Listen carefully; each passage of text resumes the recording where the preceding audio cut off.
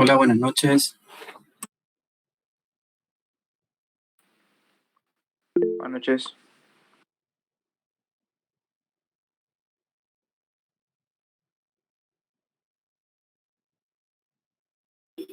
¿Qué tal? Buenas noches, Gabriel. Buenas noches, chicos.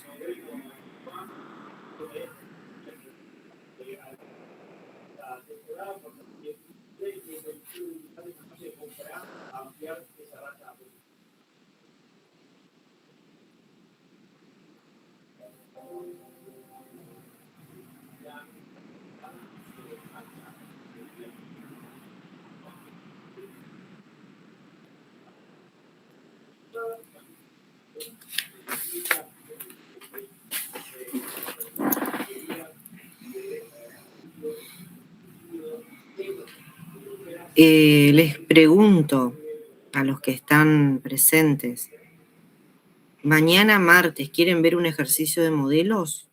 Distinto de los de la guía, obviamente. Sí, profe.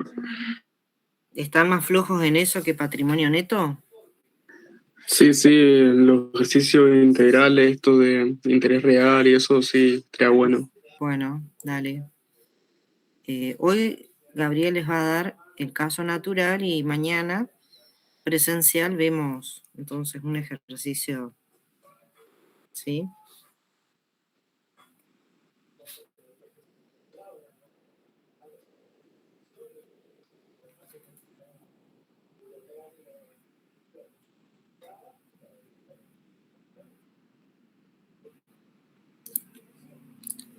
Gabriel, ¿lo podés grabar, creo? Fíjate si podés grabar con el Meet a ver si te autoriza. Sí, se puede grabar. El otro día nos llegó al mail toda la grabación, el listado Pero la grabación la podemos, o sea, ¿está en MP4 o en qué está? en MP4 creo que está. Además de eso nos llegó también de todo lo hablado en el chat y las personas que fueron entrando y saliendo. O sea que es bastante completa la información que nos da. Ah, bueno. No, te digo nomás porque yo no sé si... Entonces yo salgo nomás de la clase y grabás vos, y yo no grabo. Ah, perfecto. Dale. Sí, se puede grabar. Lo que sí, posiblemente tengamos que subir después ese MP4 a, a alguno de nuestros canales de YouTube para que ellos puedan tener más fácil acceso. Claro. Pero sí, está bastante interesante. Bueno, está perfecto. Grabá entonces, no hay problema. Dale.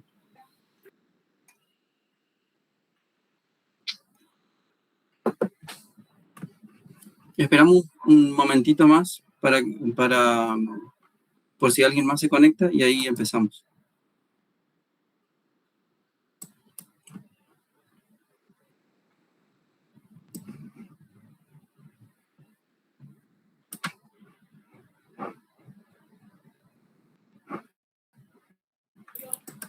Una curiosidad que tengo, ¿qué es eso tactic.io que ustedes ponen ahí en el chat?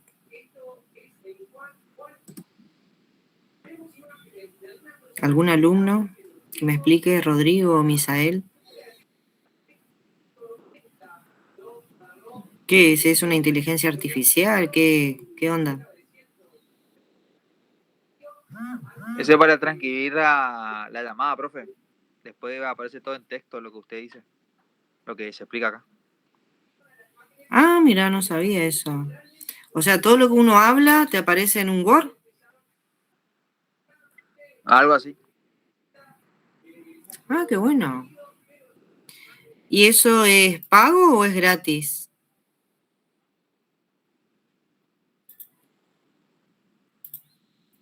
¿Tenés que pagar alguna suscripción, algo?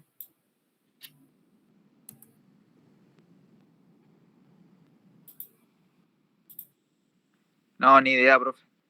Ni idea. ¿Y cómo? ¿Vos usás eso? No. Yo les presto atención a usted nomás. Ya me queda todo.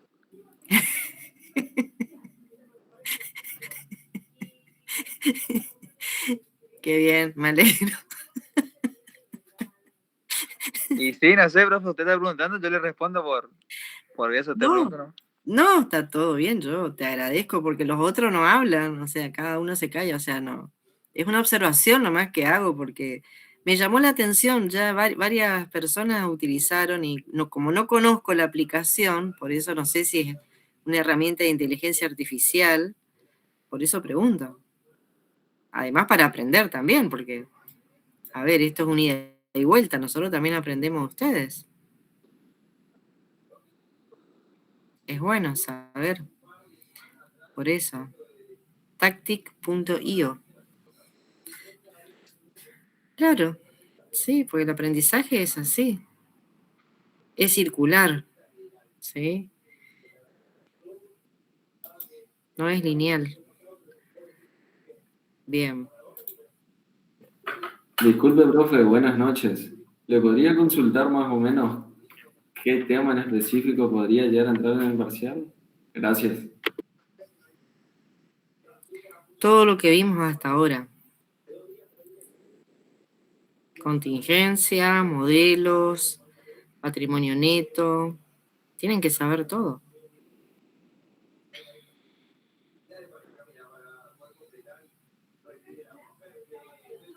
Tienen que entrenarse para eso, estar preparados para resolver cualquier caso. Mañana vamos a ver un caso en la clase presencial. Un caso de modelos, digamos, ¿sí? Profe, ¿usted lo va a mandar antes de la clase si podemos imprimirlo al caso de mañana? Sí, ya le mandé a Evelyn recién, Genial, hace 2 gracias. minutos.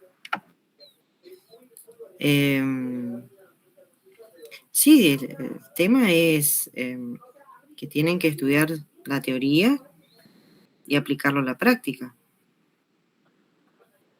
Así que no hay mucho secreto.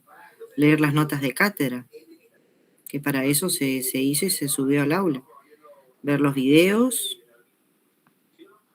y bueno, practicar, Profe, una consulta. ¿sí? Si en el parcial me piden, por ejemplo, modelo histórico ajustado y vigente, Sí. ¿es válido si yo le respondo, por ejemplo, el estado de situación y el estado de resultados como hace el profesor Gabriel? Así como que comparando juntos. Por supuesto, eso es lo que yo siempre les dije a ustedes en clase, que hagan 3 columnas, armás un solo estado y agregás 3 columnas, una que diga modelo histórico, al lado pone modelo histórico ajustado y al lado modelo vigente. Y ahí tenés todo. Perfecto, perfecto, porque así le vengo practicando por eso. Sí.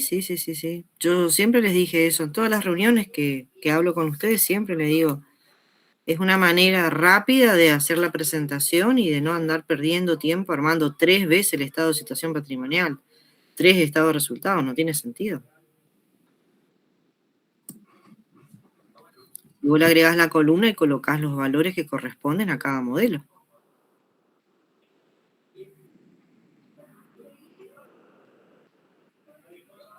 Recuerden que el examen son 2 horas, o sea. ¿Y cómo van con el cuestionario de autoevaluación? Ustedes saben que al final de cada módulo hay un cuestionario que tienen que entrar y completar. Tenemos tiempo hasta el 9, profe. Sí, hay tiempo, sí, pero te quiero decir, los anteriores cuestionarios sacaron por lo menos más de 6. Sí, profe. Bueno, eso es importante, sacar un 6 o más de 6. ¿Esos cuestionarios después cuentan en la hora del coloquio o algo así o no, profe? ¿Y esos cuestionarios son importantes para la promoción? Sí, por supuesto. Más vale que cuentan. Sí. Bueno, les dejo con el contador Gabriel.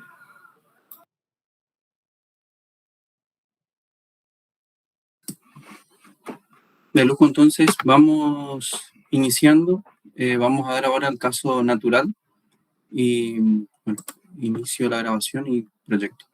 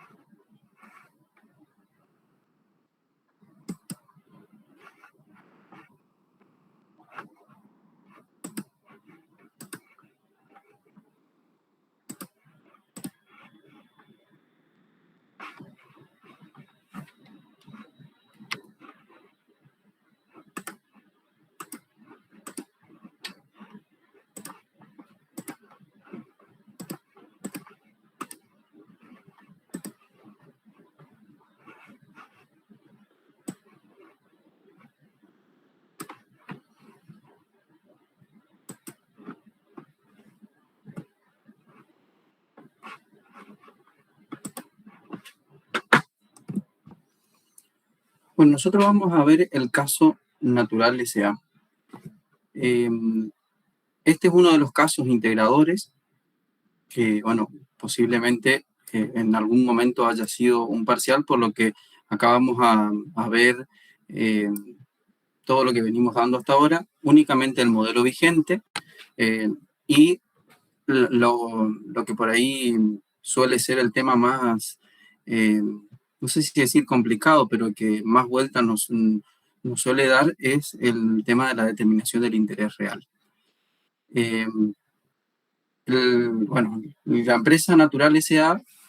comercializa un único producto. Inicia su actividad el 1 de enero de X1 con 1 millón de capital integrado el mismo día en efectivo. El 3 de enero de X1 adquiere 10.000 unidades de mercaderías por 50 pesos cada uno al contado efectivo. El 18 de abril de X1 adquiere otras 10.000 unidades de mercaderías a 50 pesos cada uno al contado en efectivo. El 1 de noviembre de X1 vende 8.000 unidades a 81 pesos cada uno en efectivo y también el mismo día vende 8.000 unidades también al mismo precio, 81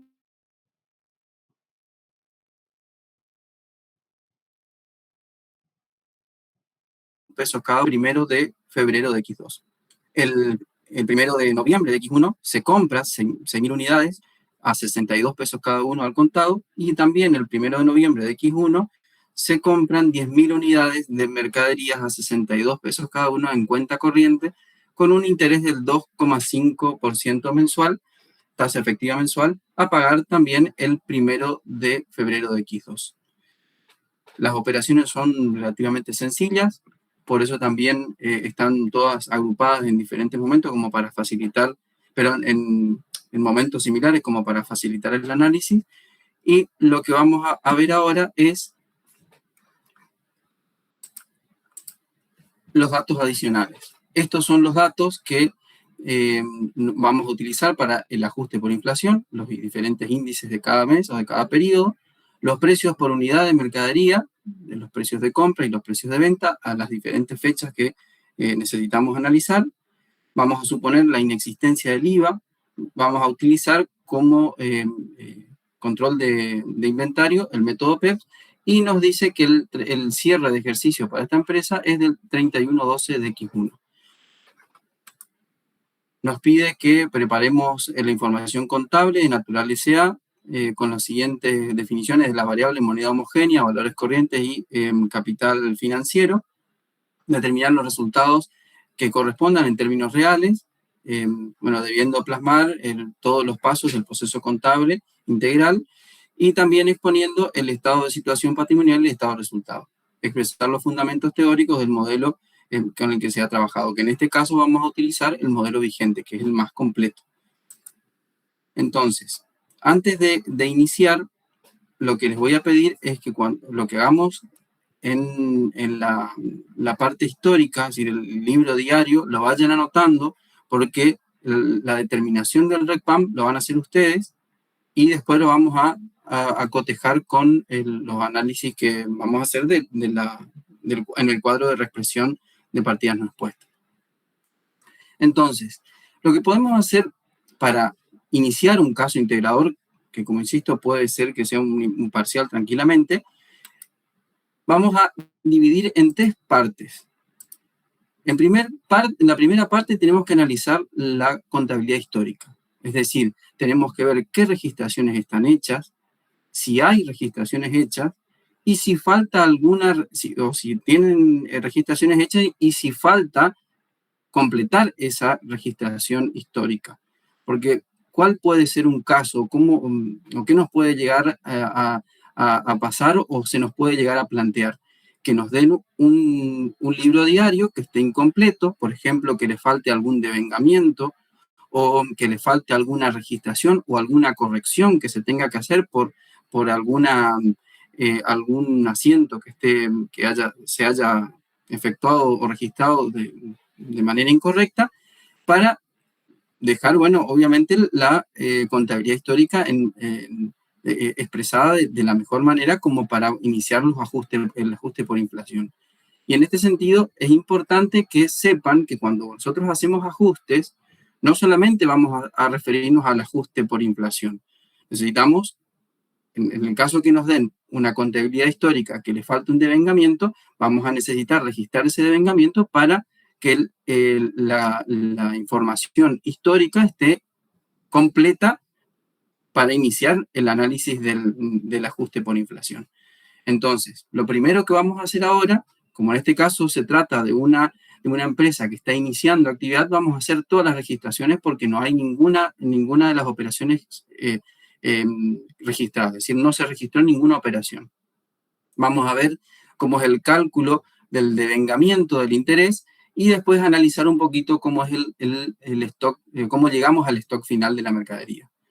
Como una segunda parte, vamos a analizar los ajustes por inflación puntualmente. Vamos a analizar lo que es la determinación del RECPAM y la elaboración del cuadro de la expresión de partidas no expuestas, que no es otra cosa que tratar de llegar al ajuste de partidas no expuestas. Entonces, para poder iniciar la parte 2, necesitamos obligatoriamente tener bien hecha la parte 1, que es toda la parte 1, que es toda la información histórica. Si nosotros partimos de una información histórica incorrecta, vamos a llegar a un resultado que no es el óptimo y, bueno, no les digo que no les va a servir, pero ya van a llegar a un resultado que no es el que se espera, ¿no? Entonces, asegúrense de que toda la contabilidad histórica esté bien registrada, esté bien analizada. Una vez que pasamos a la parte 2, ya la parte de ajuste, del ajuste por inflación, vamos a determinar el RECPAM, que esto es lo que les voy a pedir a ustedes que hagan. Después, la elaboración del cuadro de reexpresión de partidas no expuestas, que es justamente la reexpresión de todas esas partidas que no están afectadas por la inflación, por decirlo de una manera así rústica, el cálculo de los intereses reales y la determinación de resultados por tenencia. Por último, vamos a ver la exposición. Y acá es donde, por ahí refuerzo un poco lo que estaban hablando recién, creo que era Leonardo con la profe Masur.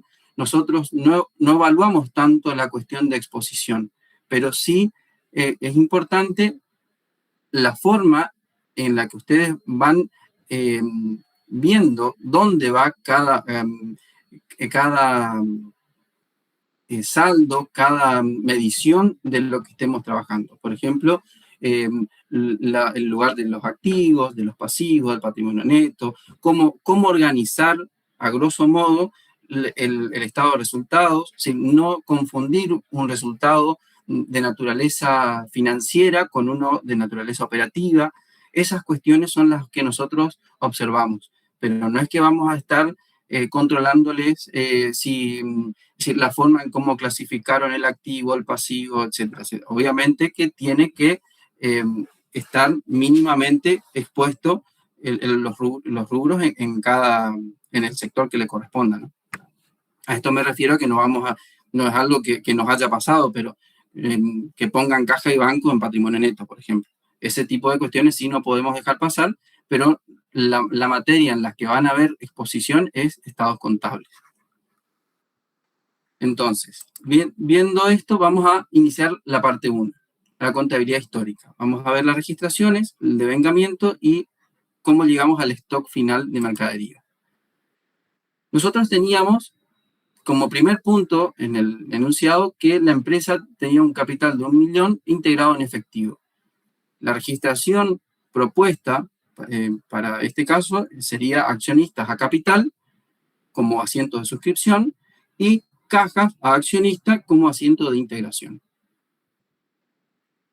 Recuerden de ir anotando estos asientos como para después poder trabajar bien en la determinación del RECPAM. ¿Continúo? Perfecto, entonces. Como segundo punto teníamos dos adquisiciones. Una del 31 de enero de X1 de 10.000 unidades a 50 pesos y otra el 18 de abril de X1 de 10.000 unidades también a 50 pesos. Acá, en estos dos enunciados, lo importante que tenemos que ver, donde tiene que estar puesta nuestra atención, es que si bien parecen operaciones idénticas, no estamos hablando de la misma cosa justamente porque la adquisición se hace en un periodo distinto. Es decir, una se hace en enero y otra se hace en abril. Entonces, estos 50.000 pesos de unidades que estamos comprando, una va a estar expresado en moneda de enero y otro va a estar expresado en moneda de abril. Eso es sumamente importante al momento de analizar el ajuste por inflación. ¿Cómo sería la registración en este caso? Bueno, acá vemos cómo se nos va, vamos armando, por decirlo así, el control de inventario, esta cuestión de esta parte de los precios, si el precio de compra, precio de venta y precio total es una información que le añado a propósito, pero sepan que el control de inventario en sí no tiene precios, simplemente hablamos de unidades, ¿no? Entonces, teniendo estas dos compras, al 18 de abril tenemos un saldo de existencia de 20.000 unidades. ¿Cómo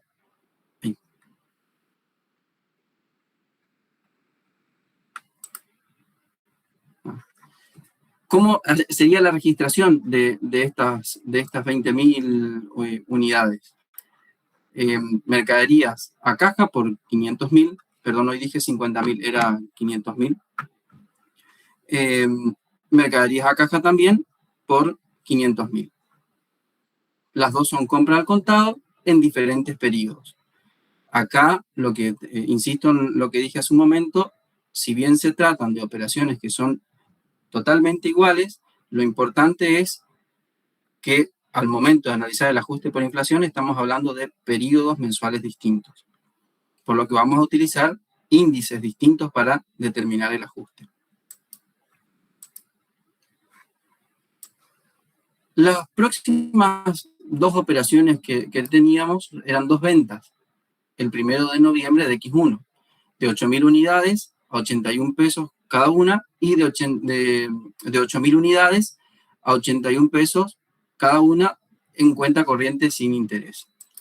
Entonces, si nosotros seguimos con el control del stock, vamos a tener las dos compras de 10.000 unidades, que eso nos dio un saldo de existencia de 20.000 unidades, y si le restamos estas dos ventas que hicimos, nos va a quedar un saldo de 4.000 unidades. Estas 4.000 unidades, ¿en moneda de qué está expresado?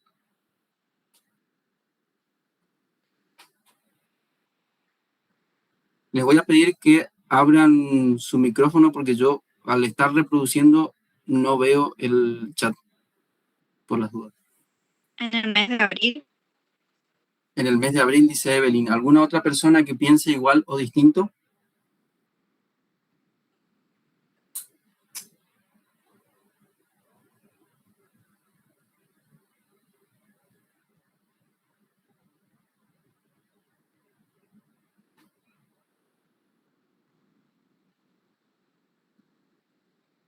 Profe, Sí. tiene que ser dependiendo del método que se haya utilizado para el inventario, ¿no? Exactamente, Axel. Así es. Entonces, ¿cómo sería a qué estaría, en moneda de qué estamos hablando de estos 4.000 unidades? Javier dice a valor de enero. En marzo, ¿puede ser? De enero, profe. De enero. Fernanda dice de marzo. Zaira creo que dijo de enero, ¿no? ¿Alguna otra opinión más? Tengan en cuenta lo que dijo Alex recién, que hay que tener en cuenta el método. El método es el método PEPS, que es primero entrado, primero salido. De enero, profe. De enero, dice Fernanda. ¿Quién otra más? En moneda de abril, profe. La última De compra. abril, dice Leandro. Hasta ahora viene ganando enero, pero Evelyn y Leandro dicen que es abril. ¿Alguien más que que sume en abril? Enero, profe. Enero. Y a ver, Alex, creo que era que había dicho, Melissa, ¿vos vas por abril o por enero? Por abril, me pareció en un primer momento, ¿no? Por abril sí, profe, porque si tenemos 20.000 unidades, se venden 16, son 10.000 de enero, más 6.000 de abril, y quedan todavía de abril, entonces son de abril. Exactamente, ese es el razonamiento. Muy, muy bien, Melissa, así, tal cual. El análisis es tal cual como lo acaba de decir Melissa. Nosotros vendimos 16.000 unidades. Si bien las 20.000 unidades es un todo, es decir, nosotros a medida que vamos comprando, vamos acumulando y tenemos 20.000 unidades, contablemente, cuando analizamos, lo que tenemos que ver es cuál es el lote que contablemente se lo da de baja primeramente, por decirlo así, ¿no? Si bien al momento de entregar la mercadería no vamos a estar clasificando cuál es el lote que compramos primero y cuál es el lote que compramos después, lo que sí vamos a tener que tener en cuenta es lo que nosotros tenemos registrado como el lote 1, por decirlo así, va a ser lo que primero salga, por decirlo de una manera. Entonces, como son 16.000 unidades las que vendimos, las primeras 10.000 unidades las vamos a dar de baja en su totalidad, porque de 16.000, 10.000 unidades correspondieron a ese lote que compramos en enero. De las 10.000 unidades que quedan, nos falta todavía 6.000 unidades para completar las 16.000 que vendimos. Entonces, esas 6.000 unidades vamos a utilizar del segundo lote comprado, que es en abril. Entonces nos queda un saldo de 4.000 que corresponde al segundo lote comprado, que es el de abril, tal como lo dijo Melissa. ¿Se entiende esto? Sí, profe. Sí, profe, se entiende. Los que por ahí pensaron en que era enero, ¿entienden bien? Sí, profe, yo no había leído bien el enunciado, perdón. No, por favor, Fernanda, no es para que pidas perdón, y esto es para todos. Anímense a equivocarse, porque este es el momento de equivocarse, no hay problema con que se equivoquen. Por eso mismo es que yo les pregunto así y hago como si fuese que estamos en un sorteo de quién piensa una cosa y quién piensa la otra, porque justamente la idea es que acá nos equivoquemos para que en el parcial no ocurra esto. Si nosotros entendemos el razonamiento del por qué estas 4.000 unidades están expresadas en moneda de abril, en este momento en el parcial nos va a resultar mucho más fácil entender. ¿Por qué les digo esto? Porque cuando lleguemos al saldo final vamos a ver que se van a mezclar los saldos de este saldo de 4.000 más las compras que vienen después, y vamos a tener que dividir ese stock de mercadería total en algunas mercaderías medidas en moneda de abril y otras medidas en moneda de, creo que es noviembre, no me acuerdo bien. Entonces, el razonamiento tienen que saber hacerlo para que no se equivoquen, porque donde se equivocan la fecha de origen la fecha de adquisición de la existencia final, van a llegar a un ajuste que no es el correcto. Entonces ahí eso es una cadena que va llevando a que después el RECPAM no le coincida con el ABNE, ahí se van a poner nerviosos, no van a poder asentar algunos asientos de ajuste, y bueno, es una cadena que bueno, con la profe Mazur ya sabemos cómo se viene dando. Por eso es que es importantísimo que sepan analizar cómo es el stock final de mercadería. Si alguno no entendió, insisto en que este es el momento para preguntar. Profe, Sí. Si hubiese sido por webs, ahí sí sería enero. Exactamente. Ahí sí sería enero. Pero de todas maneras, una de las cosas que las NUA trae tiene al método PEPS como un método de preferencia, por decirlo así, Por lo que la mayoría de nuestros, o me animo a decir, creo que en la totalidad de nuestros ejercicios van a estar, se van a encontrar con el método PEPS, no con el WEPS. A no ser que alguno tenga la intención de que ustedes practiquen eso ya cuando demos bienes de cambio, pero la mayoría de los casos van a tener el método PEPS. ¿Sigo con esto? ¿Hay alguna? Sí, profe. Perdón. Está perfecto. De lujo, entonces, sigo. Insisto en lo que siempre les digo. Si hay algo que no entienden, frénenme o díganme que yo no tengo problema en volver para atrás. Entonces, vamos a analizar la registración de estas ventas. La primera era una venta al contado, entonces vamos a tener caja a venta, el reconocimiento del costo de mercaderías vendidas, que fue, 400.000. La segunda venta, que fue en cuenta corriente sin interés, deudores por ventas a venta, también por el importe, y el reconocimiento del costo de mercaderías vendidas por 400.000. Anótense esto o saquen captura porque van a necesitar para la expresión para el cálculo del RECPAM. Obviamente no todas las cuentas, pero algunas sí.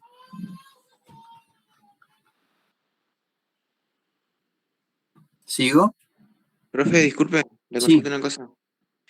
Yo con los copios los parciales y en sí todos los ejercicios, ya sea en el libro diario o en los mayores, cuando voy haciendo, pongo en un costadito, por ejemplo, el lote que se compró a cuánto y lo que se vendió a cuánto, pero lo pongo en virome. ¿Eso el día del parcial influye? O sea, ¿o debería ponerlo en lápiz? No, a ver, si lo haces en Virome, es un cálculo auxiliar. Todo cálculo auxiliar que a nosotros nos permita entender cómo hacer la registración contable, a nosotros nos sirve. Si lo haces en Virome, mejor, porque el lápiz es muy... si se puede borrar. Claro. Entonces, es mejor que lo hagas en Virome. Yo pregunto porque... Pero lo que sí quiero decirles es que lo que importa es la registración. Si ustedes hacen excelentes cálculos auxiliares y no hacen registración, no hay contabilidad sin registración. Así que nosotros no le podemos aprobar un examen por más que veamos que ustedes llegaron bien a los valores si no tienen la registración hecha. Por eso una recomendación que solemos hacer con la profesora es, a medida que van avanzando sobre cada paso, hagan el cálculo auxiliar y su correspondiente registración. El cálculo y su registración, porque nosotros evaluamos la registración contable. El número, si ustedes ponen mal un número en la calculadora, puede llegar a tener un error en el número que ponen en el asiento, pero si después ustedes en el cálculo auxiliar ponen correctamente, por más que ese resultado de la multiplicación, división, lo que sea incorrecta, pero conceptualmente está bien hecho, eso lo tomamos como bien. Así que todo cálculo auxiliar que puedan hacer, bienvenido sea. Si lo hacen en Virome, mejor. Y de ahí ya es una cuestión muy personal de cómo cada uno hace el cálculo auxiliar. Puedes hacerlo en forma de cuadrito, de ponerlo al lado, hacer una llamada, hacer por cada cálculo auxiliar un asiento. Eso ya es muy, muy de cada uno. Buenísimo, profe, muchas gracias. Continúo entonces. Ya tenemos las registraciones hechas de las ventas, el reconocimiento del costo de mercaderías vendidas, y ahora vamos a analizar las últimas dos compras. Tal como les había dicho, tenemos las 20.000 unidades compradas al principio del ejercicio, es decir, en enero y en abril, las dos ventas de 16.000 unidades, y eso nos dejó un saldo de 4.000 unidades al 1 de noviembre, y en esa misma fecha se hicieron dos compras más, una en efectivo y otra en cuenta corriente, con interés del 2% mensual, perdón, 2,5% mensual. Y eso nos llevó a que la existencia esté en 20.000 unidades. Estos 20.000 unidades, ¿en qué moneda está? Si nosotros tuviéramos que analizar la existencia final de la empresa, de las mercaderías de la empresa Natural S.A. ¿Cómo está compuesto este saldo de existencia? No estamos hablando de números acá, perdón, de pesos, estamos hablando de unidades. Hay 20.000 unidades en existencia, de las cuales un importe están expresados en cierta moneda y otros en otra moneda. ¿Cómo cómo llegamos a esos valores?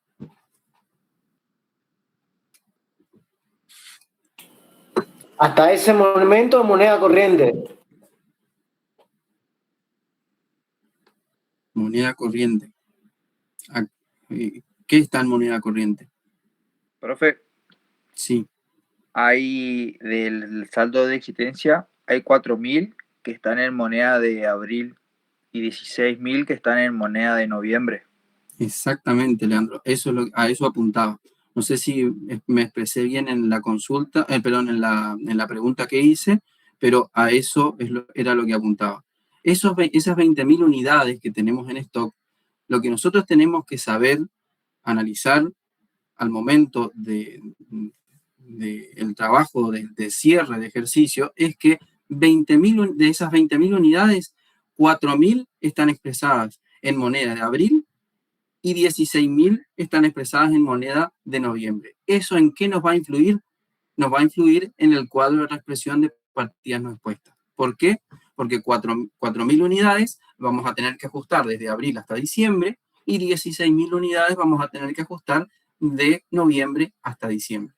Si nosotros metemos todo adentro de una bolsa, estas 20.000 unidades, y reexpresamos, por ejemplo, de abril a diciembre, vamos a estar llegando a un ajuste totalmente erróneo. Y lo mismo nos va a pasar si hacemos un ajuste de noviembre a diciembre de esas 20.000.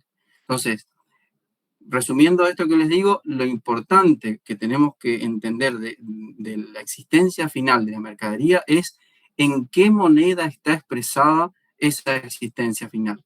¿Cuántos lotes de mercaderías hay ahí? Que puede ser 1, pueden ser 2, puede ser 3, puede ser un número infinito en cuánta cantidad de lotes tengamos.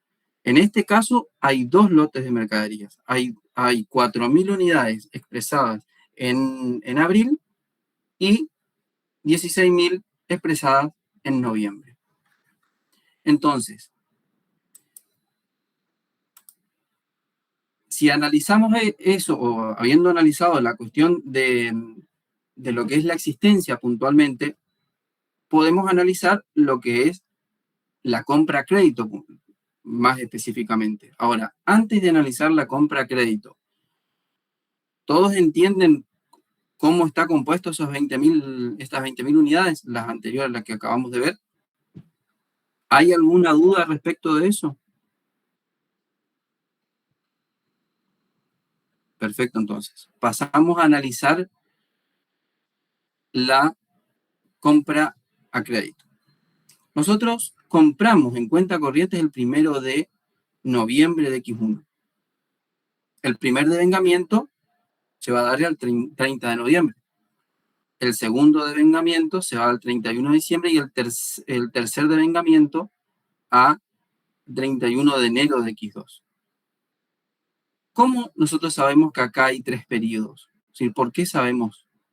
¿O por qué creen que yo hice esta línea del tiempo?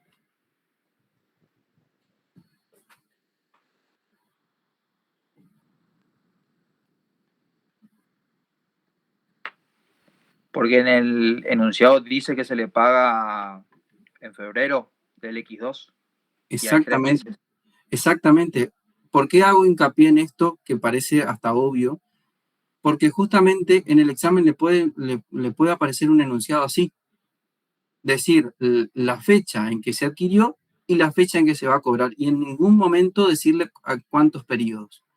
Y en este caso, el error habitual que suele haber es decir noviembre, diciembre, diciembre, enero, febrero. Perdón, diciembre y enero, y hacen solamente como si fuese que son 2 meses únicamente. Y no tienen en cuenta que la fecha de adquisición es el 1 de enero. Cuando es el 1 de enero, tomamos todo el mes. Y si acá hubiese dicho 31 de octubre, ¿se nos modifican algo los periodos o no?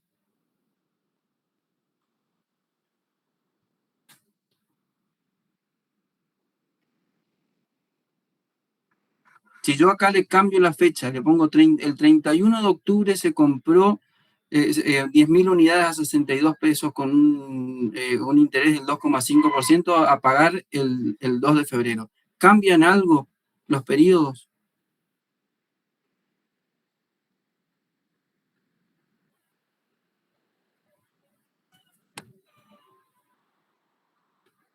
Javier dice que no. ¿Alguno que piense distinto?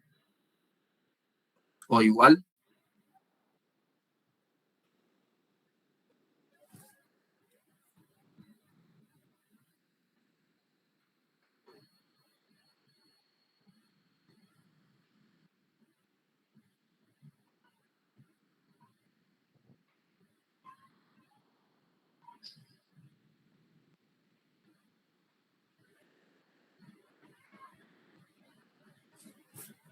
¿Por qué no cambiaría si yo pongo acá 31 de octubre?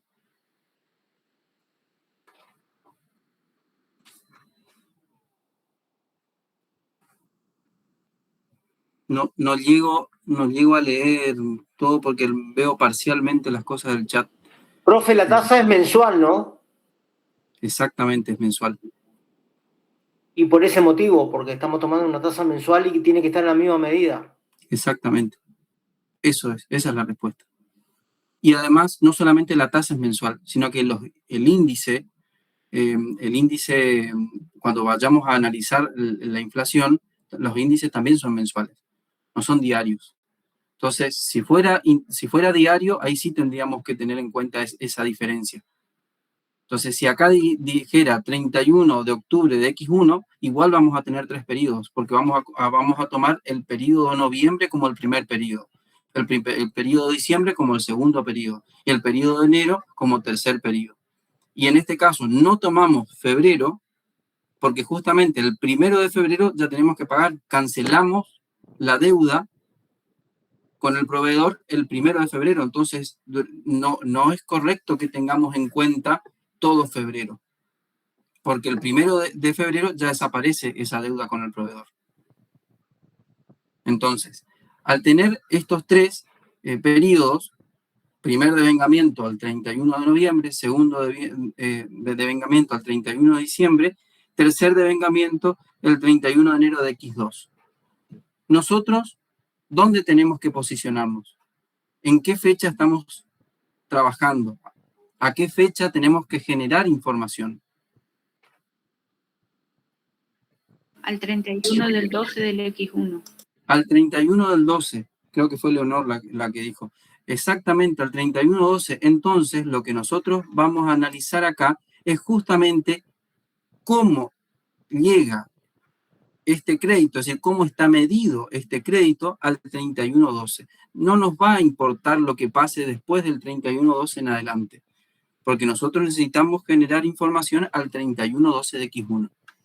Entonces, analizado esto, podemos calcular los intereses. Ahora, para poder calcular los intereses que están en esta operación, sí necesitamos tener en cuenta esos 3 periodos, porque estos 620.000 pesos es el capital, es lo que cuesta la mercadería al 1 de noviembre de X1.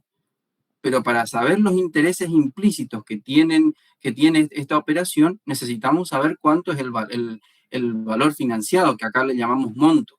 El valor financiado son estos 620.000 más el factor de capitalización, más el interés que genera el diferimiento del pago a ese proveedor.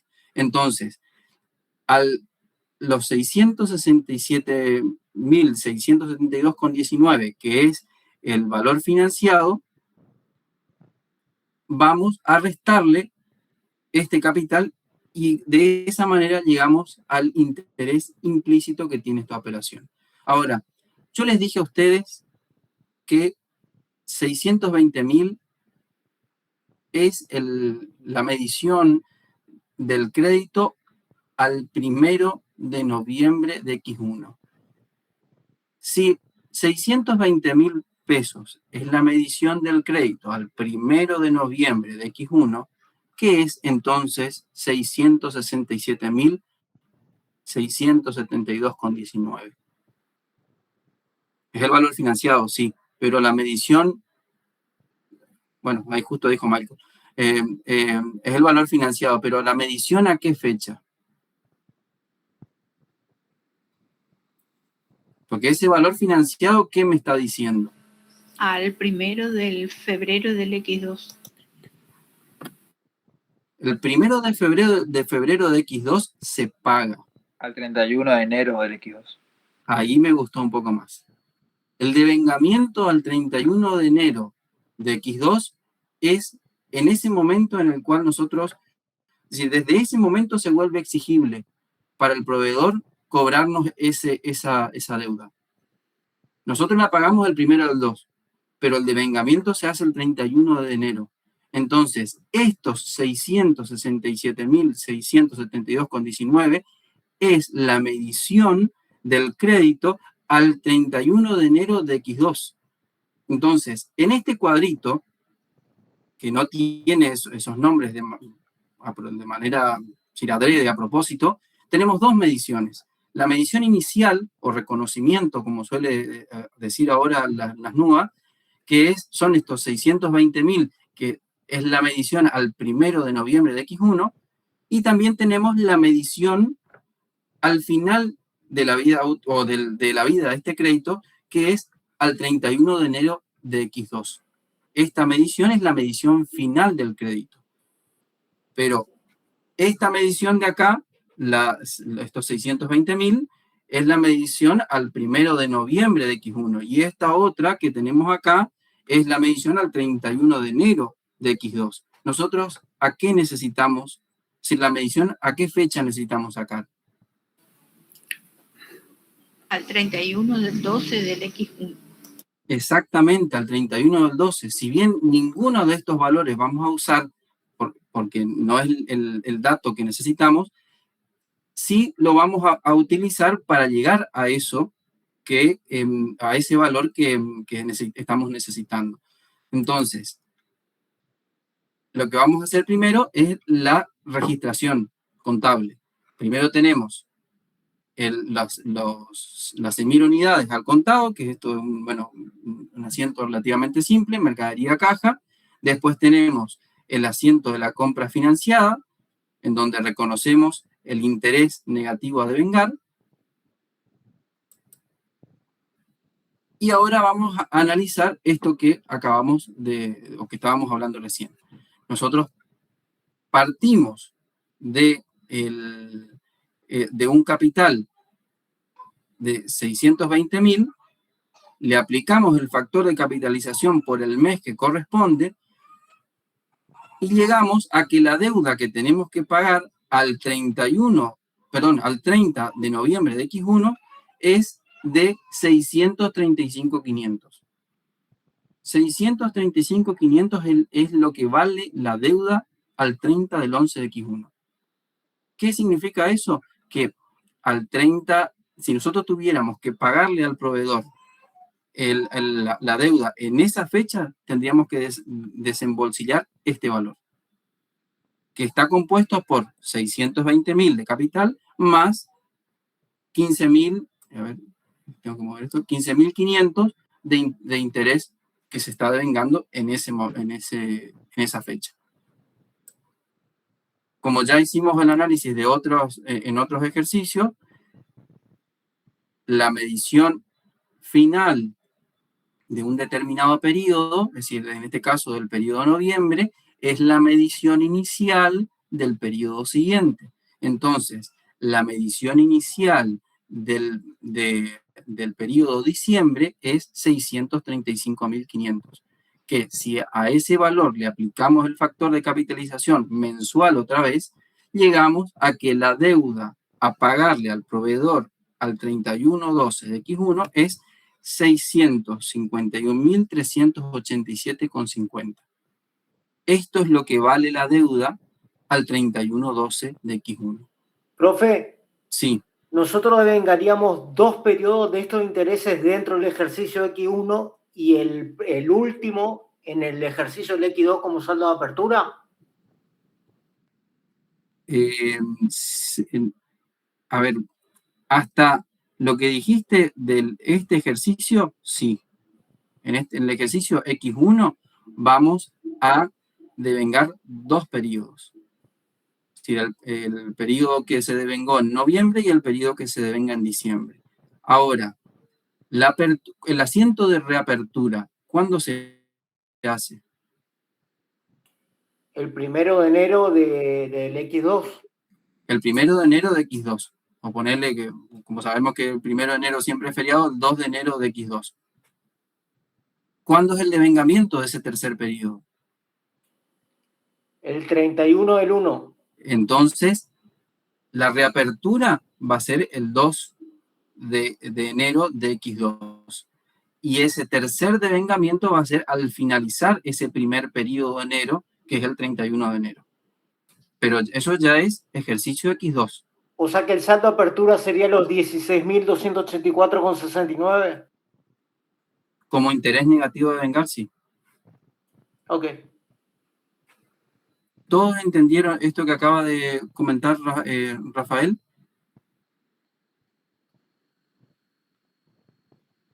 Perfecto, entonces. Sí, profesor. Volvemos a lo que estábamos analizando del ejercicio X1. Partimos de un capital de 620.000, llegamos a, o determinamos que el interés a devengar por ese primer periodo era de 15.500. Después analizamos el periodo diciembre de X1, cuya medición inicial es de 635.500. Le aplicamos el factor de capitalización, llegamos al total de lo que vale el crédito, es decir, el crédito con el proveedor, es decir, la deuda a pagar al proveedor de 651.387,50. Y el interés a devengar en esa fecha es de 15.887,50. Estos dos periodos, estos dos importes a devengar son los que vamos a tener que registrar en el periodo, en el ejercicio X1. Entonces, como estamos analizando al 31 de diciembre de X1, vamos a ver cómo quedan esas registraciones. Al 30 de enero de X1 vamos a reconocer esos intereses devengados y al 31/12 de X1 vamos a reconocer el segundo importe que calculamos recién.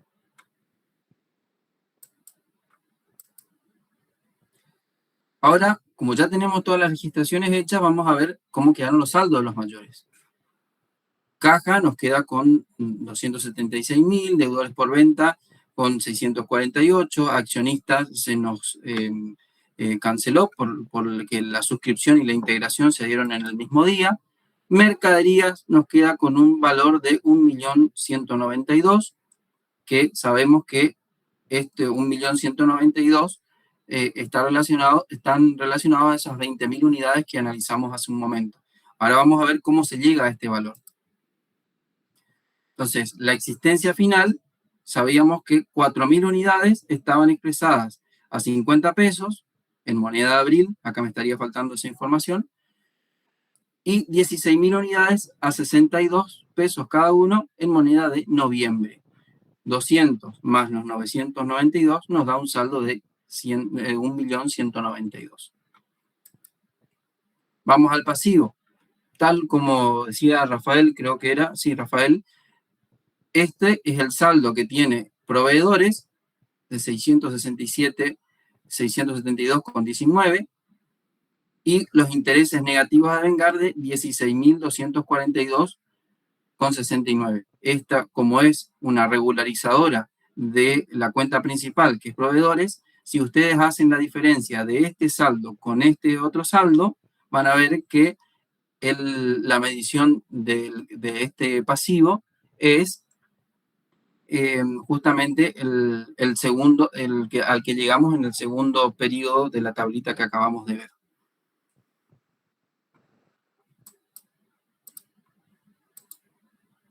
Acá justo tengo esto. Si nosotros hacemos la diferencia de estos dos, vamos a llegar a este valor. 651.387,50.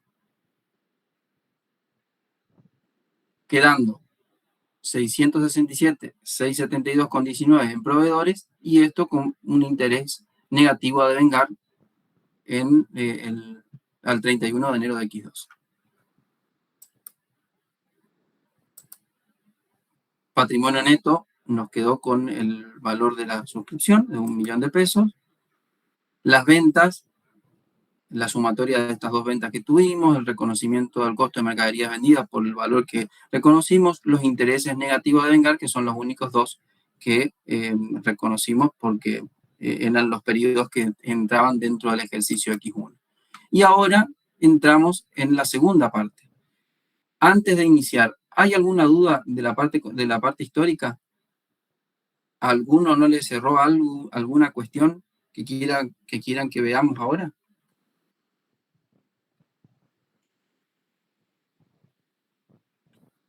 Si a todos les cerró, o al menos fueron entendiendo, lo que vamos a hacer ahora es, yo les voy a dar unos 5 minutos, sí, 5 o 10 minutos, para que al menos planteen cómo es la determinación del RECPAM.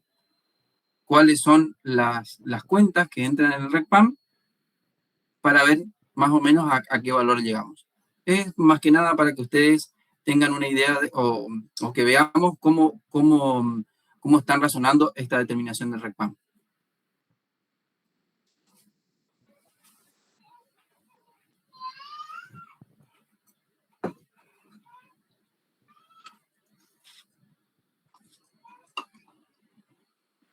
Profe, ¿puede ser un 10 minutos, un poquito más? Por favor. En realidad, yo les daría 15 si quieren, pero no sé si nos va a dar después para terminar el caso, porque a las 10, bueno, a no ser que ustedes quieran seguir, pero la idea sería más o menos terminar para las 10. No sé, a ver, lo que yo le estoy pidiendo ahora no es para que se queden locos, en el sentido que la idea es que traten de razonar cómo plantear el cuadro de RECPAM. O sea, algunos que ya vienen practicando seguro les va a resultar re fácil. Y los otros, los que no están practicando, justamente es una oportunidad de practicar. Así que traten de plantear y ahí vamos viendo. Se puede plantear por el método indirecto, ¿no? A través de las no expuestas, partidas no expuestas. No, el RECPAM por el método, vamos a ver por el método directo, porque el método indirecto después lo vamos a analizar juntos. Ok. Profe, ¿será que usted puede volver la filmina a los mayores de activos, por favor? Mayores de activos, ¿vale? Ahí ya voy. Pasivos. Activos. Muchas gracias.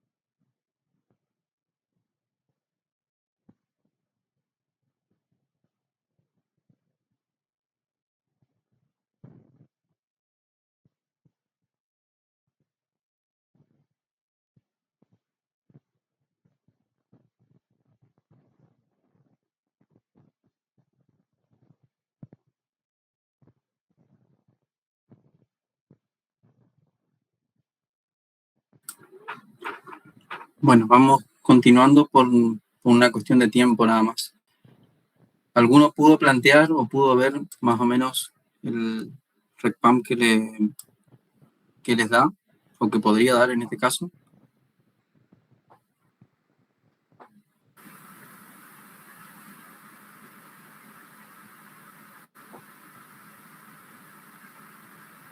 ¿Tenemos que decir el total o de cada movimiento?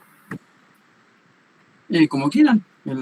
Si tenés el total, y si le quieres analizar un poco más, no hay problema. En el RECPAN expuse las cuentas monetarias que tenemos en este caso natural, que son caja y deudores por venta. Caja tuvo un movimiento de menos 500.000 el 1 de enero. Eso nos da, hallando la tasa, eso nos da un RECPAN de menos 116.666,66. Después tenemos otro movimiento de caja el 18 de abril con 500.000 positivo. Hallamos la caja y eso nos da un RECPAN de 78.125 positivo. Luego tenemos el 1 de noviembre, caja por menos 276.000. Hallamos la tasa de noviembre y eso nos da un RECPAN negativo de 7.666,66. Y por último tenemos un movimiento de deudores por venta en noviembre por menos 648.000. Hallamos la tasa y eso nos da un RECPAN de menos 18.000. El total de RECPAN a mí me dio menos 64.208,33. ¿Todos hicieron así? ¿Alguno que planteó distinto? Profe, una consulta. La integración y la suscripción se registran, ¿no?, en el RECPAM, por más que uno anula al otro. A eso quería llegar. Azul, ¿por qué vos no pusiste accionista? A ver, quiero aclarar que lo que hiciste está perfecto. Es decir, el RECPAM es ese, el análisis está muy bien. Lo que quisiera saber, o por ahí la idea de que lo reflexionemos es, ¿por qué no pusiste accionista o por qué no pusieron accionistas alguno que esté en la misma situación que Azul? Yo no puse Y también porque perdón, me parece que te hablé sobre lo que dijiste. No, yo le hablé a usted arriba, disculpe. No. Yo no puse accionistas porque la cuenta queda saldada en el mismo día de enero. Entonces tengo un saldo de 0. Y en los dos primeros movimientos de caja, ahí también hiciste un saldo. Y ahí no estamos en el mismo día. Así que vos dijiste 500.000. Sí, tengo de enero. Y planteé en enero y en abril. El de enero es negativo y el de abril es positivo. Sí, pero el de enero tenés menos 500.000. Pero en enero en realidad hubieron dos movimientos. Uno de la integración, que es de 1 millón, y uno del 3 de enero. Fíjate cómo se ve ahí en el mayor, uno de una salida de 500.000. Entonces, ¿por qué vos haces menos 500.000? ¿O por qué hicieron menos 500.000? Esto es yo para hice así porque saqué la diferencia, como es en un mismo mes. Exactamente, a eso quería llegar en base a lo que dijiste. Hoy cuando hablaste de accionistas dijiste porque se cancela en el mismo día. En realidad, uno puede trabajar de esa manera cuando se cancela en el mismo mes. ¿Por qué podemos trabajar de esa forma cuando se cancela en el mismo mes? Porque tanto el índice de origen como el de cierre, en este caso estamos hablando del mismo índice, Entonces, todos los movimientos de una misma cuenta que se den en el mismo mes, podemos sacar un saldo mensual y ajustar ese saldo, porque todos los movimientos que se dan en ese mes están expresados en una misma moneda. Y ahí es lo que por ahí quería, o a la reflexión que quería llegar para contestar lo que vos habías comentado, Rafael, respecto de el accionista. Accionista, no está mal que se ponga en RECPAM. Si a ustedes les ayuda enumerar todos los movimientos que se dieron, no hay problema. Pero lo que hizo Azul también está bien, porque en el mismo mes se dieron movimientos que hacen que esa cuenta quede en cero. Y como esos movimientos se dieron en el mes de enero, directamente el saldo de la cuenta accionista es de cero. Entonces no hace falta que uno genere ningún resultado, porque como se canceló en el mismo mes y los índices son mensuales, no va a haber ningún RECPAM. Porque si sacan el RECPAM del asiento de suscripción, le va a dar un RECPAM negativo, y si sacan un RECPAM del asiento de integración, le va a dar el mismo importe pero positivo, y se va a volver a cancelar. Entonces, por esa cuestión matemática es que se admite esta manera de trabajar sobre los saldos que se dan en el mismo mes. ¿Me explico cuando digo esto?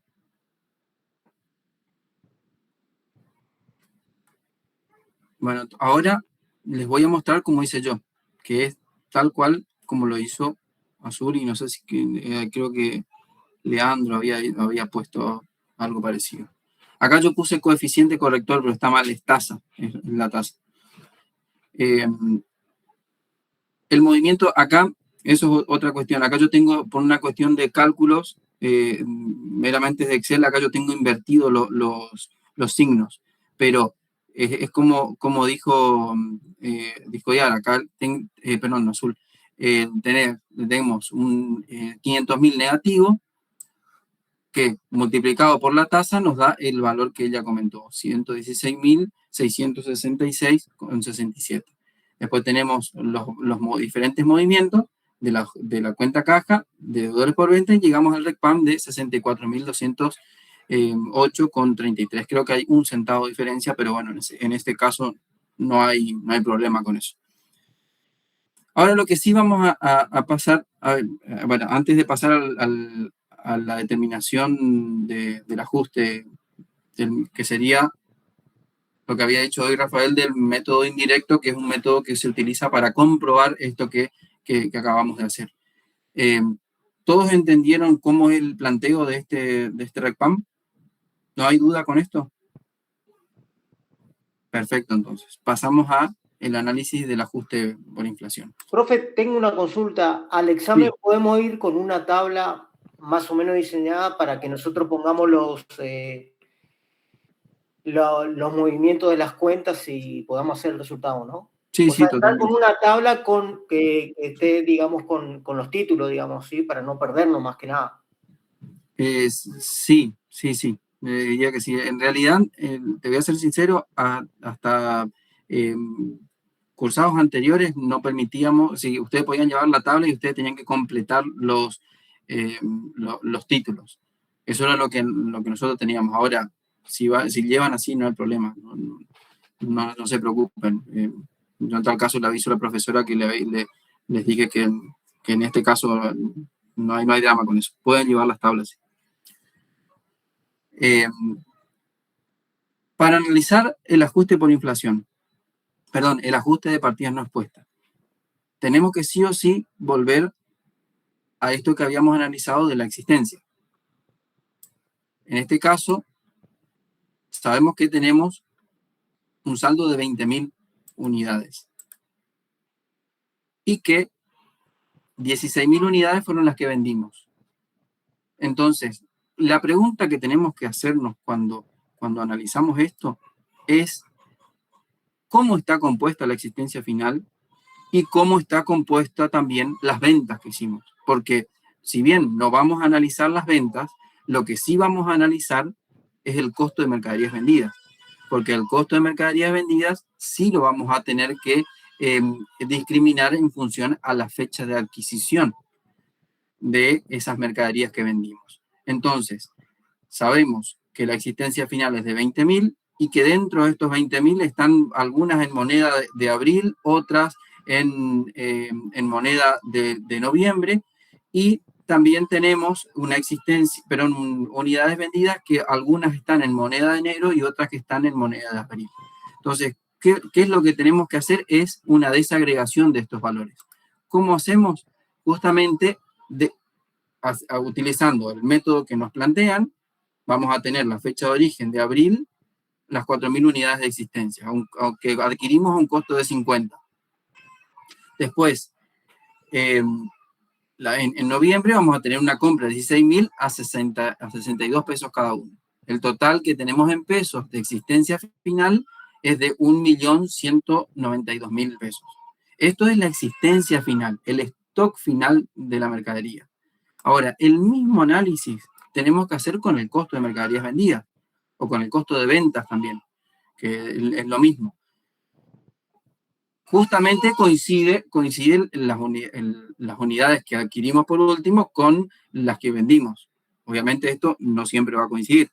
Es como para darle un dato, de una vuelta de rosca nomás y ver cómo es el análisis.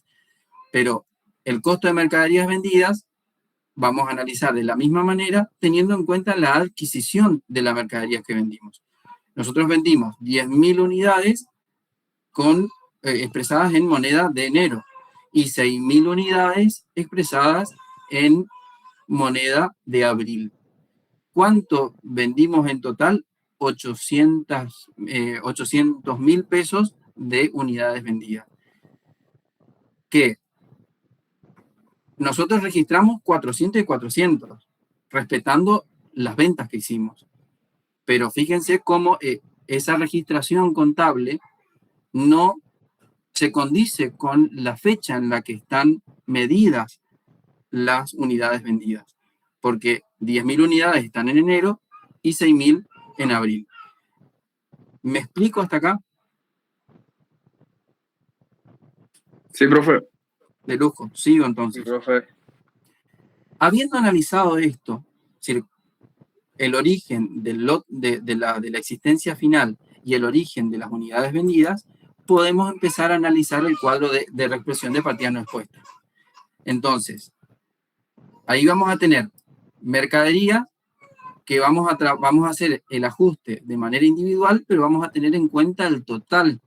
Tenemos un valor de origen de 1.192.000 que está expresado en dos lotes distintos, y el valor de origen ajustado de esos dos lotes, respetando siempre la fecha de origen de esa mercadería, es de 1.250.000. La diferencia entre el valor de origen ajustado o el valor reexpresado, que también es lo mismo, menos el valor de origen, nos va a dar un ajuste de 58.805,56. Después vamos a analizar el capital, que lo vamos a ajustar desde enero hasta diciembre, después las ventas, y el mismo análisis que hicimos con la mercadería vamos a hacer con el costo de venta. Vamos a tener en cuenta la fecha de origen, es decir, la fecha de adquisición de la mercadería que vendimos, y vamos a ajustar desde ese momento hasta el cierre. Por eso es que acá estos 500.000 pesos que hacen referencia a las 10.000 primeras unidades que adquirimos, vamos a ajustar desde enero hasta diciembre, porque la fecha de adquisición fue enero. Los restantes, y las restantes unidades, para llegar a las 16.000 unidades, vamos a ajustar desde abril hasta diciembre. Entonces, otra vez, el valor de origen ajustado del total que nos dio ese cálculo matemático, menos los 800.000 pesos que representan el valor de origen, nos va a dar el ajuste del costo de mercaderías vendidas. Y después tenemos el ajuste de los intereses perdidos, de los devengamientos. El ajuste del interés que devengamos en noviembre, que nos va a dar un pequeño ajuste, y el ajuste del interés que devengamos en diciembre, que ese no nos va a dar ningún tipo de ajuste porque justamente se dio en el mismo mes. Pero yo lo pongo acá como para que vean que cuando estamos hablando de un mismo índice, el ajuste queda anulado.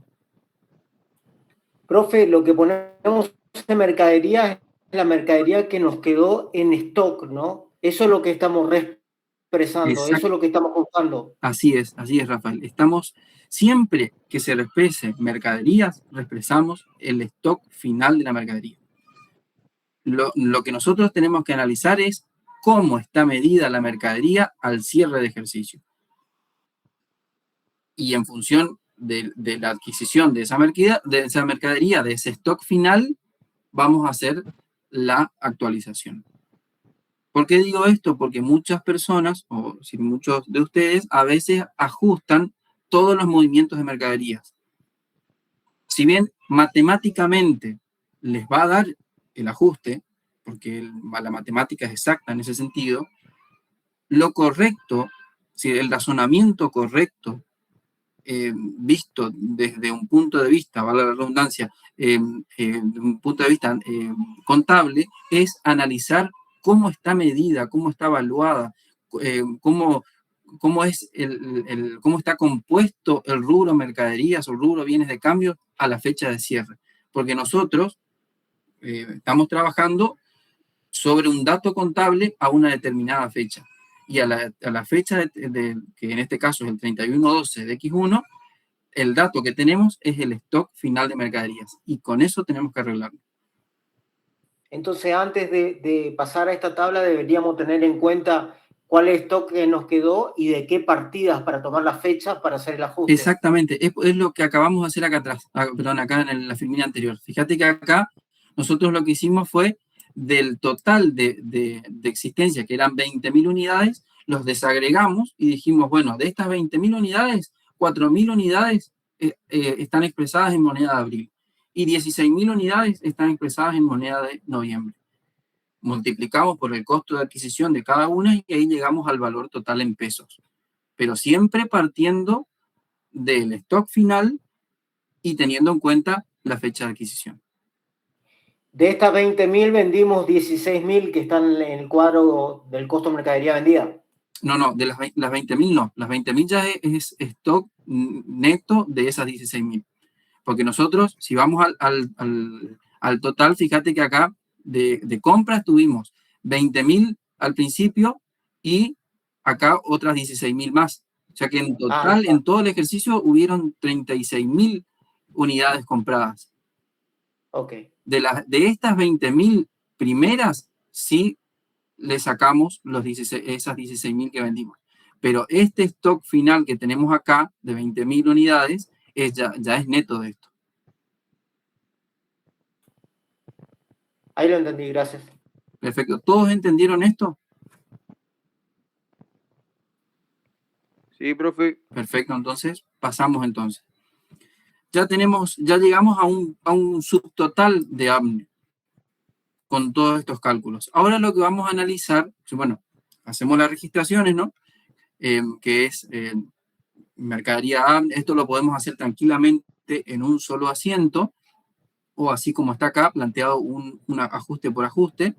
Yo lo hago así por una cuestión de que se vea mejor cómo es cada uno de los ajustes, pero tranquilamente si ustedes manejan ya en la cuestión de registración pueden hacerlo en un solo asiento.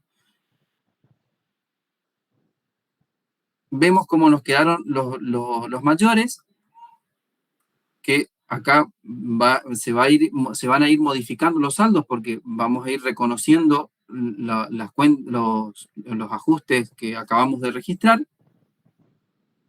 Las cuentas monetarias van a seguir teniendo el mismo saldo porque justamente son cuentas que no admiten reexpresión y sí van a tener ajustes las que admiten, que son las que no están expuestas al proceso inflacionario.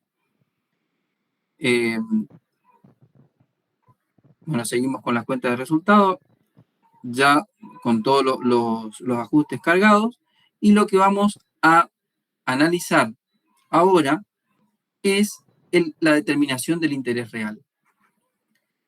Para analizar la determinación del... Profesor, sí. ¿puede pasar por favor los asientos de APNE?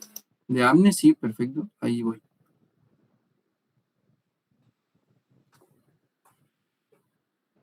Muchas gracias, disculpe. No, por favor. Al contrario, siempre que necesiten algo, interrúmpanme sin ningún problema.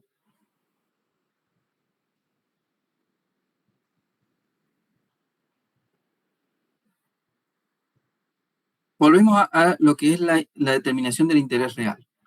Nosotros, para analizar el interés real, lo que estamos analizando es de qué manera la inflación impacta en la operación que nosotros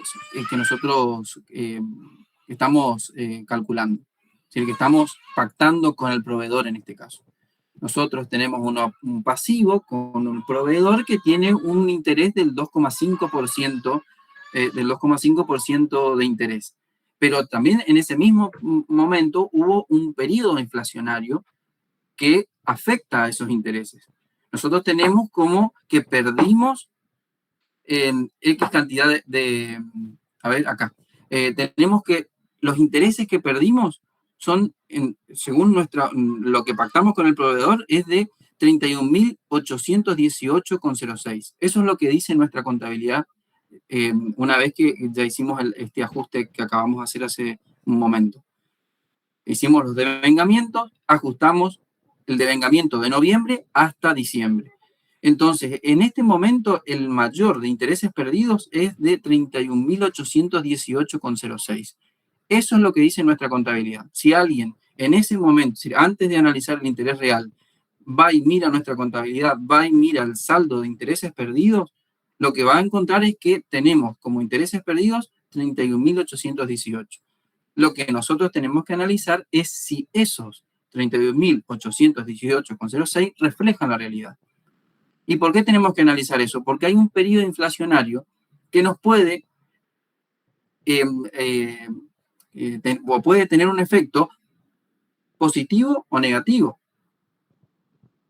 Negativo cuando estamos hablando de un activo y positivo cuando estamos hablando de un pasivo. ¿Por qué cuando estamos hablando de un pasivo va a ser positivo ese efecto? Porque a nosotros nos va a costar menos pagar esa deuda, justamente por el efecto de la inflación.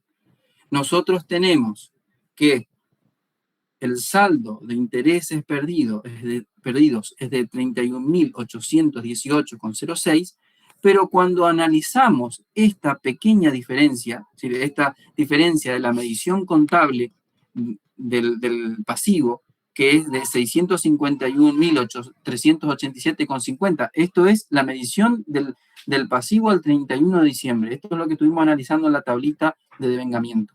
Si este valor que está expresado en moneda de diciembre de X1, lo comparamos con el valor de origen reexpresado hasta el cierre, es decir, estos 620.000 que están en moneda de noviembre, le aplicamos el coeficiente corrector y lo llevamos al 31 de diciembre de X2, perdón, de X1, y hacemos esa comparación.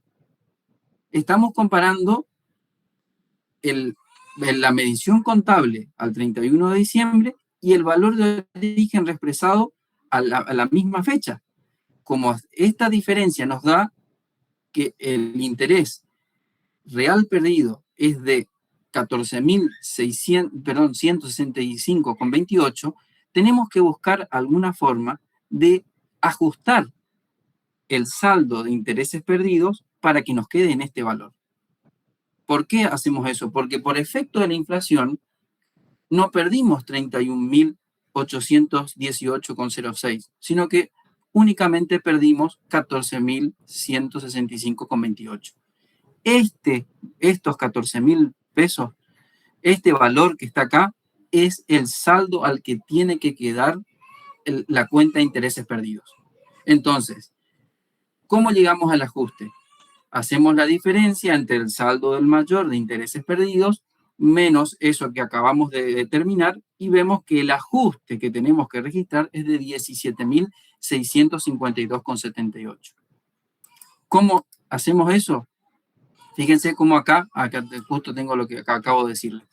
El saldo del mayor está en esto. El interés real que acabamos de determinar es de 14.000. El ajuste que tenemos que hacer es de 17.652. ¿Cómo hacemos ese ajuste? Hacemos ABNE a intereses perdidos. ¿Por qué hacemos ABNE a intereses perdidos? Porque tenemos que disminuir ese saldo.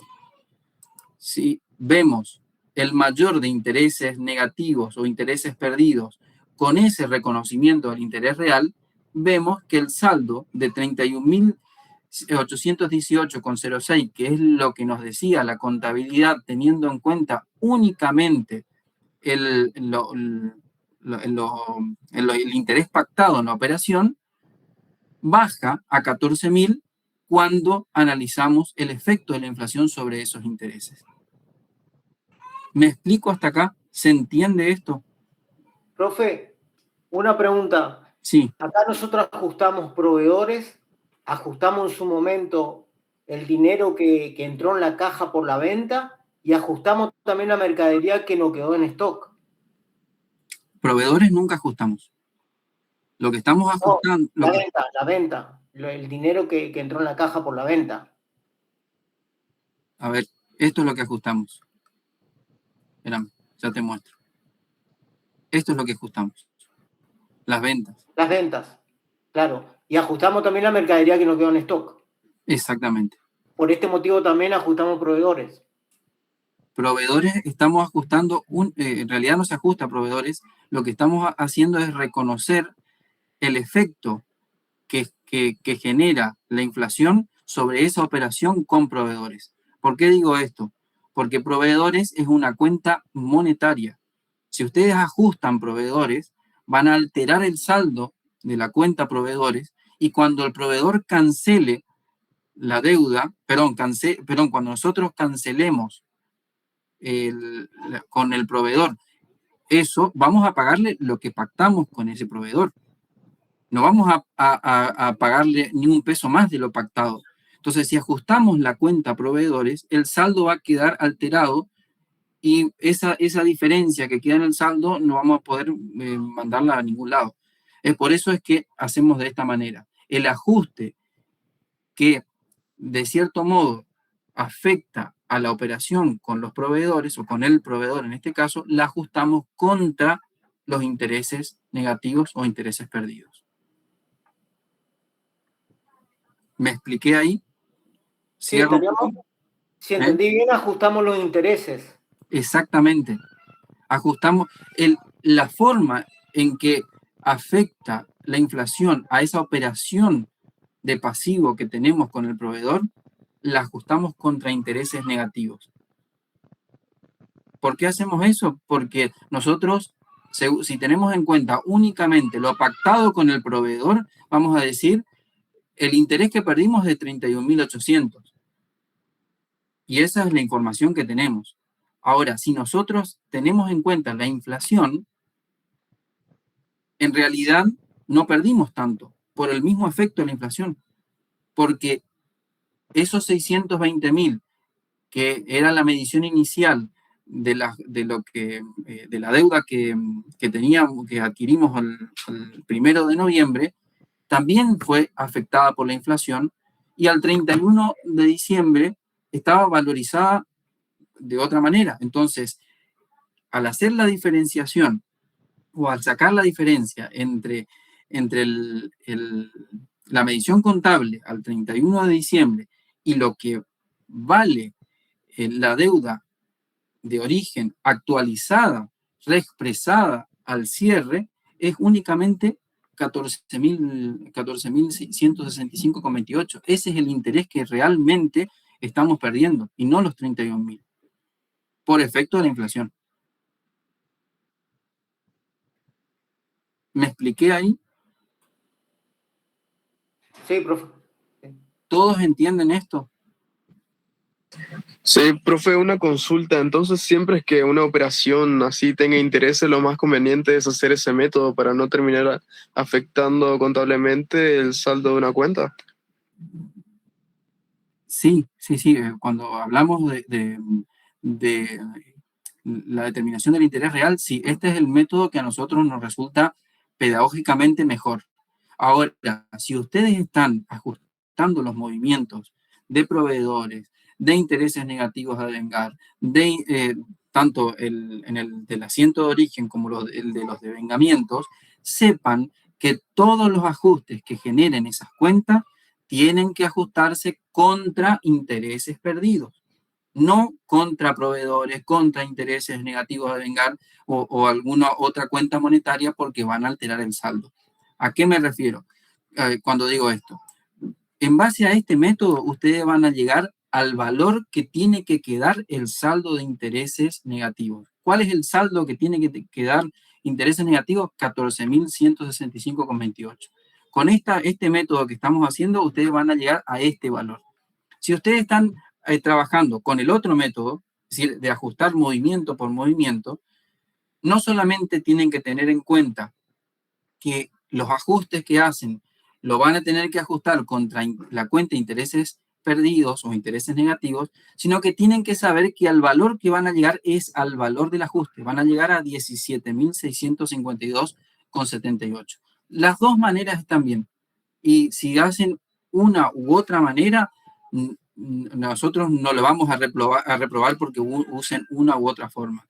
Pero lo que sí tienen que tener sumamente en claro es que una cuenta monetaria no se reexpresa. Proveedores no se reexpresa. Intereses negativos a devengar no se reexpresa. Intereses positivos a devengar no se reexpresa. Deudores por venta, documentos a cobrar, todas esas cuentas de crédito que son de naturaleza monetaria no se reexpresan. Porque si uno hace proveedores a ABNE o intereses negativos a devengar a ABNE o viceversa, lo que vamos a hacer es alterar el saldo de una cuenta monetaria. Y eso nos va a generar un desbarajuste, por decirlo de una manera, en lo que es la contabilidad del ente. Profe, ¿Me expliqué? Sí. Si nosotros fijamos los intereses cuando realizamos una transacción de compra, si mantenemos nuestras ventas en cantidades, nos conviene que haya inflación. Si entendí bien, ¿no? Exactamente, así es. Porque si hay inflación, si estás en un periodo inflacionario, de alguna manera siempre la inflación afecta negativamente a esos intereses. ¿Se entendió esto? Sé que estamos pasados de hora, pero quería centrarme en esto. ¿Se entendió bien lo que es intereses, la determinación de interés real? Sí, profe, se entendió re. Perfecto, entonces. Fíjense acá, entonces, que nosotros llegamos al subtotal de ABNE. Si le restamos esos intereses ese ajuste al que llegamos del interés real, vemos que el ABNE nos da exactamente igual que el RECPAM al que llegaron ustedes. Entonces, una vez que asentamos eso, ya tenemos el reconocimiento del RECPAM hecho. Lo único que nos queda es analizar el resultado por tenencia. ¿De qué manera analizamos el resultado por tenencia? Teniendo en cuenta justamente el costo de reposición a la fecha de cierre. ¿Cuál es el costo de reposición a la fecha de cierre? 63 pesos.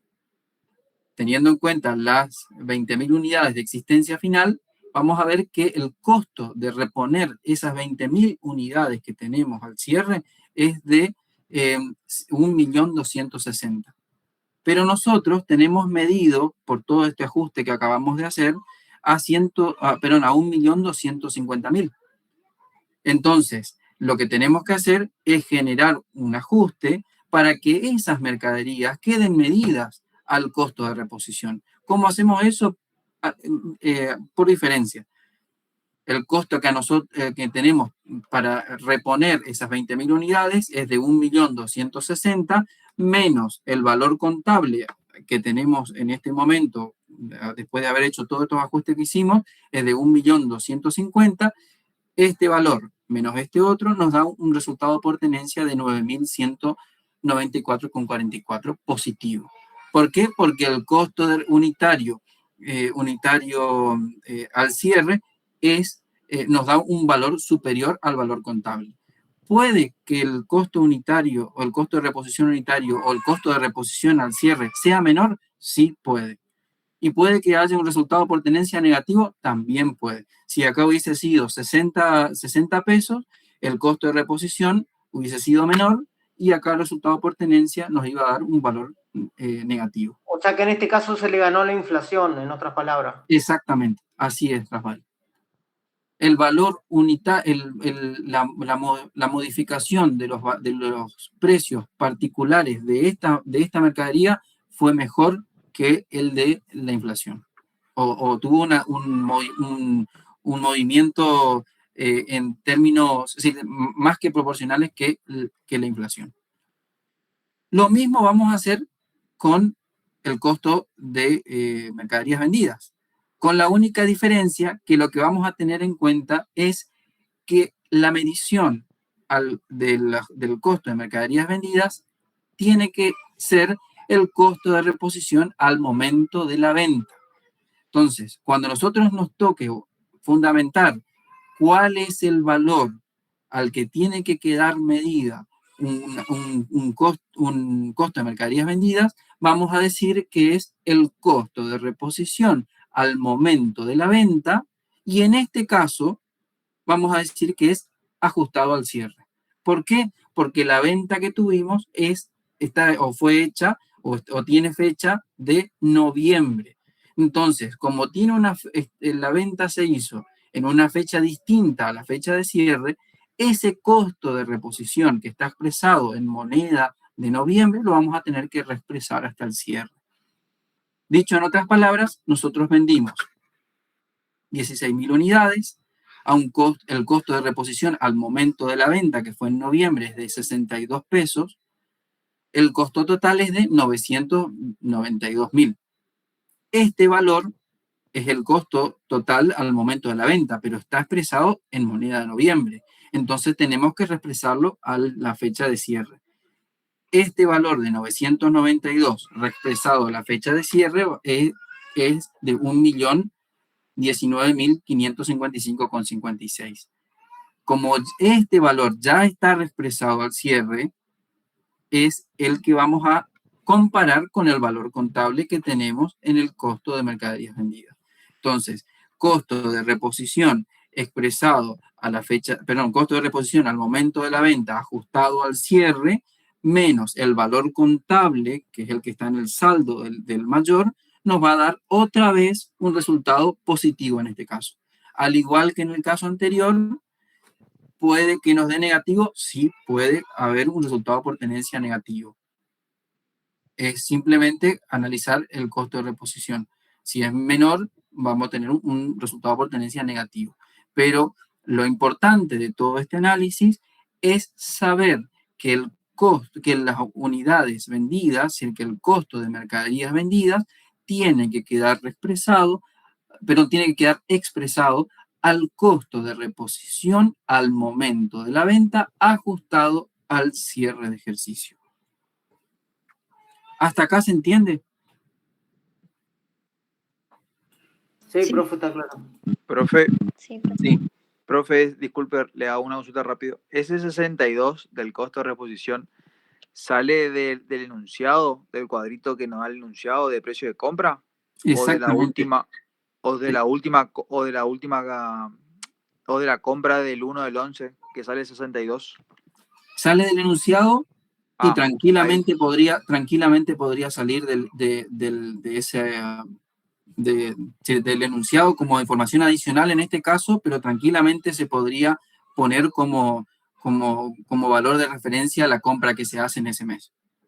En este caso, como para facilitar la interpretación, en el cuadro que ustedes si miran en el enunciado, dice fecha 1 de noviembre de X1 y haga fecha de compra 62 pesos. Entonces, este es el valor que vamos a tener en cuenta para las unidades vendidas.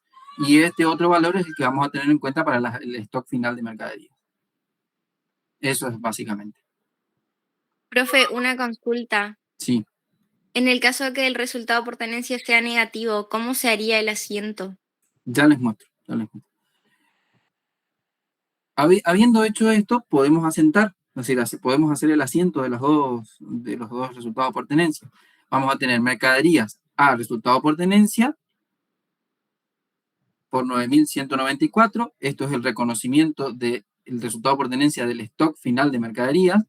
Y el resultado por tenencia, el reconocimiento, el resultado por tenencia de las mercaderías que se vendieron, lo vamos a ajustar contra costo de mercaderías vendidas. Y acá una aclaración que hacemos siempre con la profesora. El resultado por tenencia no lo genera el costo de mercaderías vendidas. Lo que genera el resultado por tenencia son las mercaderías que se vendieron.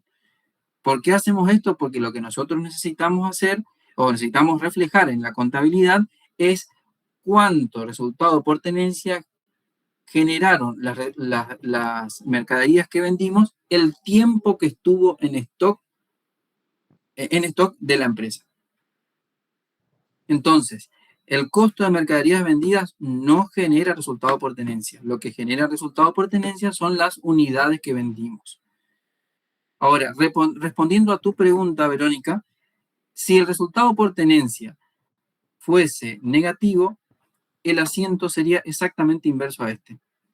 Resultado por tenencia en el debe, mercadería en el haber, o resultado por tenencia en el debe y costo de mercadería en el haber. ¿Por qué hacemos esto? Porque el resultado por tenencia es una cuenta que puede tener saldo acreedor como deudor, dependiendo el tipo de resultado que estemos teniendo. Gracias, profe. Acá de nuevo están todos los mayores.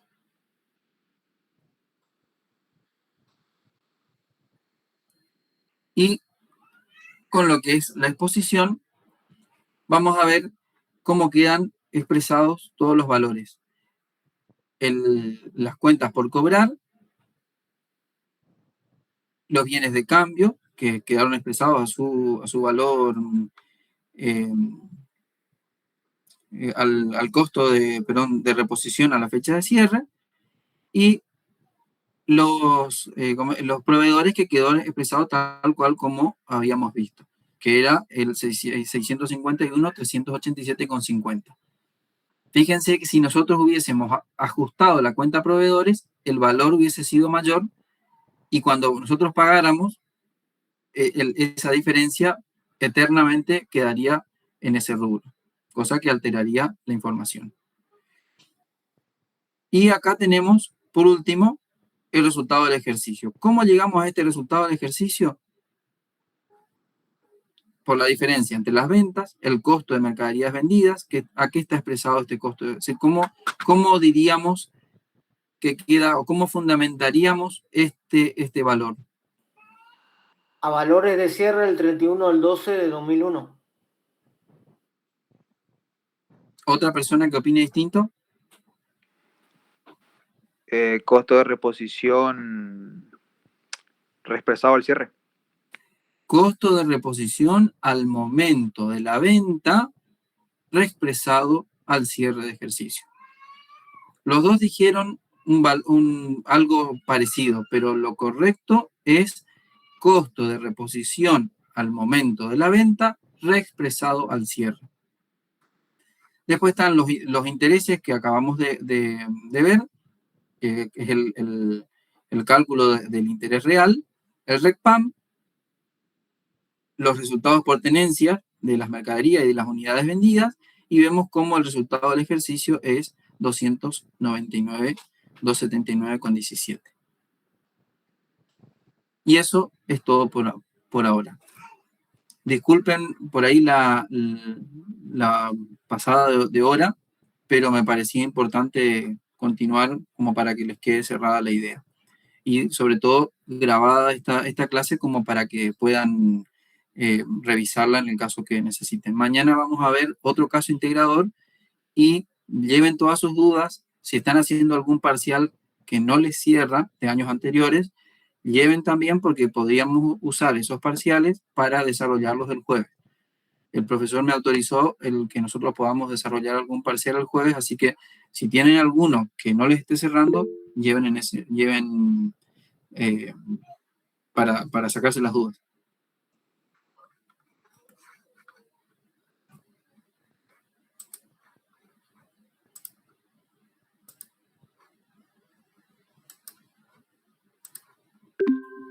Profe, ¿usted sube el video ahora?